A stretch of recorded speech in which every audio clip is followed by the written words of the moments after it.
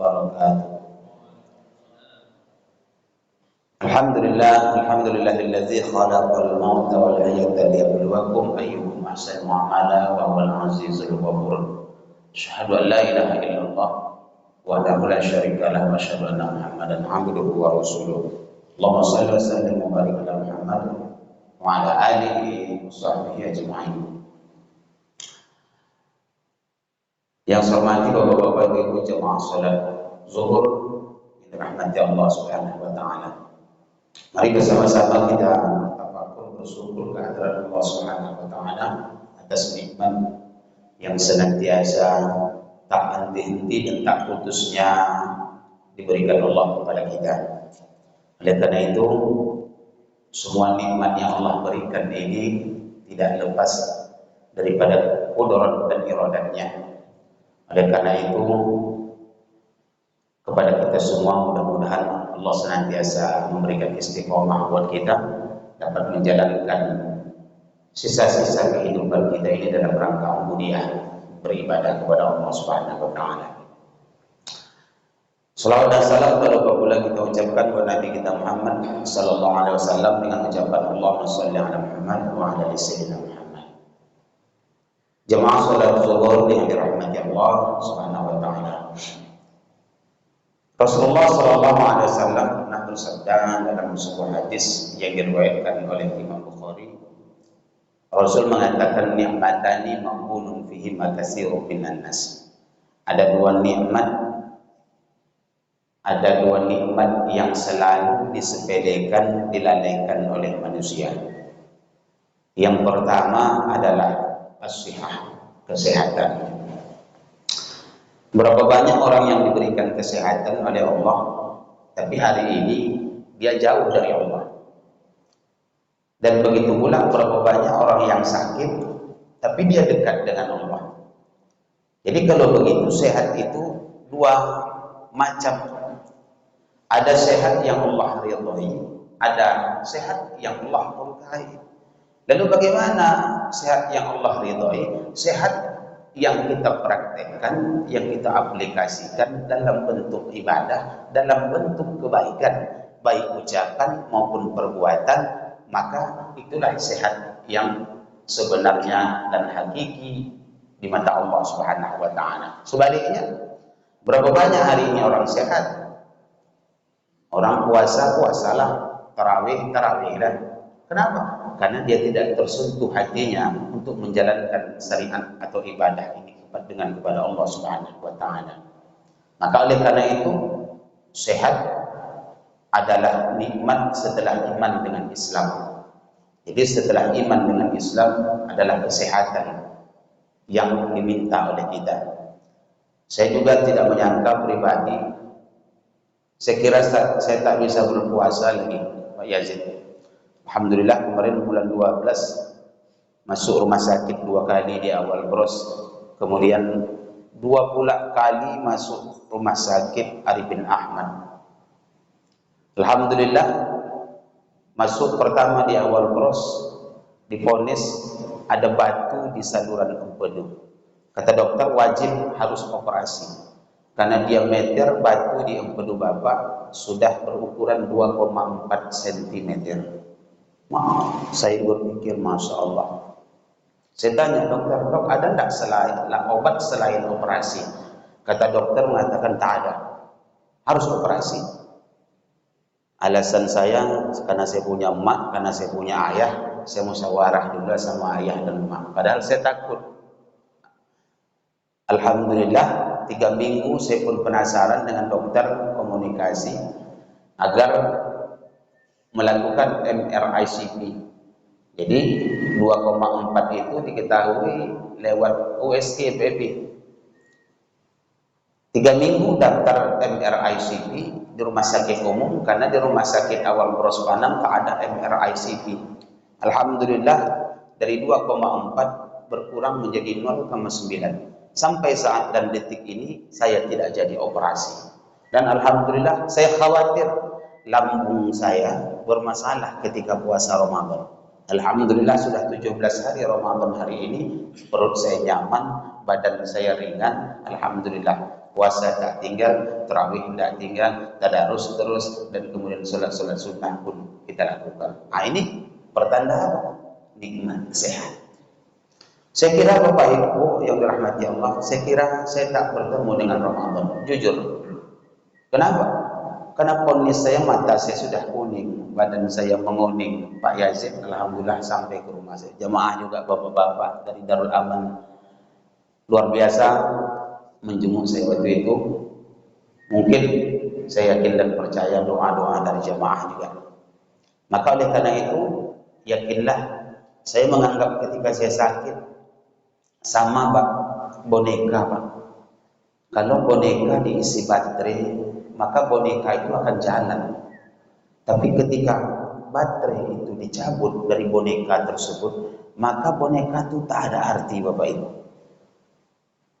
Karena ketika itu, sebelum saya masuk, saya masih khutbah Jumat di Jabal Rizki, Masjid Jabal Rizki di belakang awal pros. Kemudian Sabtu saya masih mengisi majelis taklim Masjid Nurul Fajar. Saya masih ingat.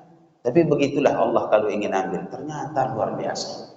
Maka oleh karena itu, nikmat sehat adalah nikmat setelah iman dengan Islam. Maka banyak peluang kalau sakit, saya rasa kita pasti sepakat tak enak semua, tak nikmat semua. Kemudian yang kedua kata Rasulullah adalah wal faragh, kesempatan. Kesempatan apa? Kesempatan itu ada dua. Yang pertama adalah kesempatan kita memanfaatkan umur ini dalam rangka ibadah kepada Allah. Dan kemudian kesempatan yang kedua apa? Kesempatan yang kedua, Allah masih sampaikan umur kita di bulan Ramadan tahun ini. Saya yakin dan percaya, sampaikah kita dengan Idul Fitri yang akan datang? Umur kita Pak. Sampaikah umur kita di Ramadan yang akan datang? Tidak ada di antara kita yang berani memastikan kita akan bertemu Syawal ataupun Idul Fitri tahun ini ataupun Ramadan tahun depan. Maka oleh karena itu, inilah yang kita harapkan. Umur kita ini, sisa-sisa umur ini, mari kita aplikasikan, kita praktekkan dalam bentuk ibadah kepada Allah Subhanahu wa taala. Saudara-saudara kaum muslimin yang berbahagia, beberapa menit lagi saya akan sampaikan, yaitu bahasan tentang, karena malam tadi adalah malam 17 Ramadan atau yang disebut dengan Nuzulul Quran.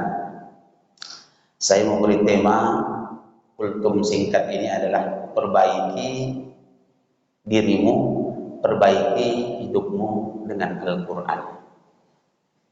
Nabi juga kembali bersabda, Rasulullah SAW kata Nabi, khairukum man ta'allama al-Quran wa 'allamahu. Sebaik-baik kamu itu, kata Rasulullah, adalah orang-orang yang belajar Al-Quran dan mengajarkannya. Saya masih teriang, umur saya sekarang udah 45 baby. Saya masih teriang ketika saya belajar mengaji di kampung, di dusun, di desa terpencil. Apalagi bapak-bapak yang sudah berumur 50, 60. 35 tahun lalu, 40 tahun lalu, setiap maghrib, mak kita, ayah kita sibuk menyuruh kita mandi segera. Firmayadi, mandi. Kenapa disuruh maghrib itu mandi? Agar dihalau, disuruh segera ke surau, ke masjid. Untuk apa? Mengaji. Dan begitu juga, di surau, di masjid mengaji, di rumah guru pun mengaji. Saya baru mengaji waktu itu tidak ada PLN. Lampu togok. Lampu togok nama Pak Epi. Habis mengaji, lubang hidung pun hitam di gue. Tapi semangat mengaji luar biasa ketika itu.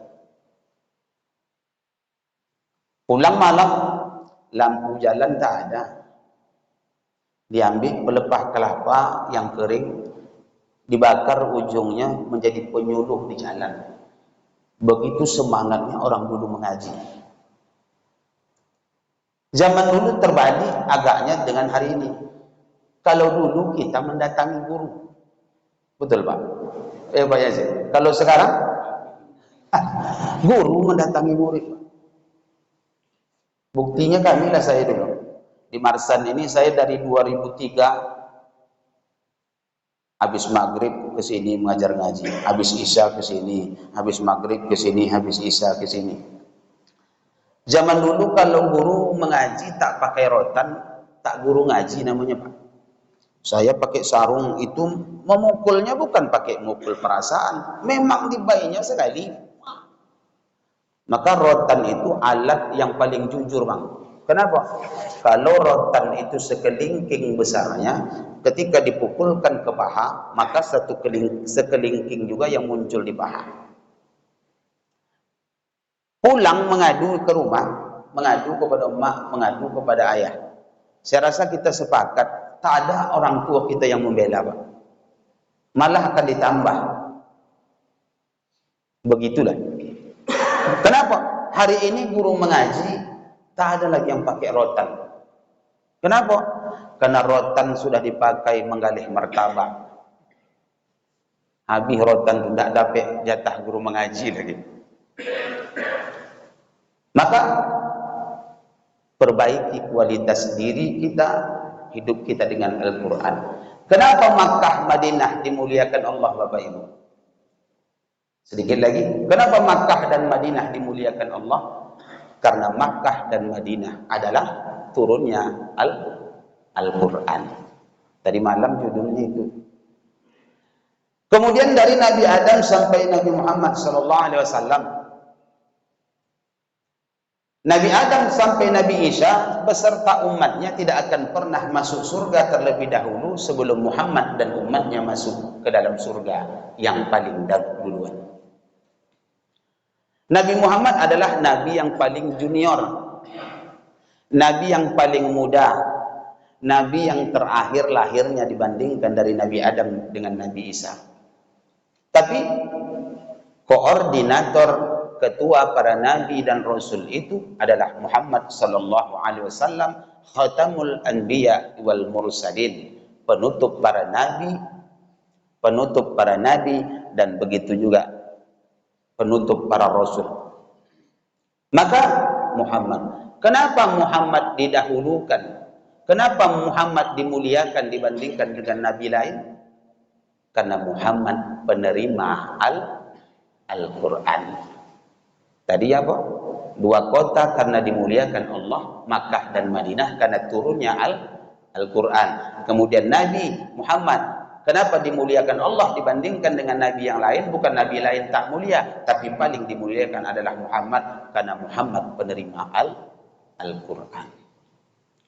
Bapak Ibu yang dirahmati Allah, kertas putih kalau dia tidak ditulis apapun, dia menjadi kertas biasa-biasa saja. Mau kertas itu kita digenggam, dikeromos, atau kita injak kertas putih tadi, siapapun tidak akan berani marah.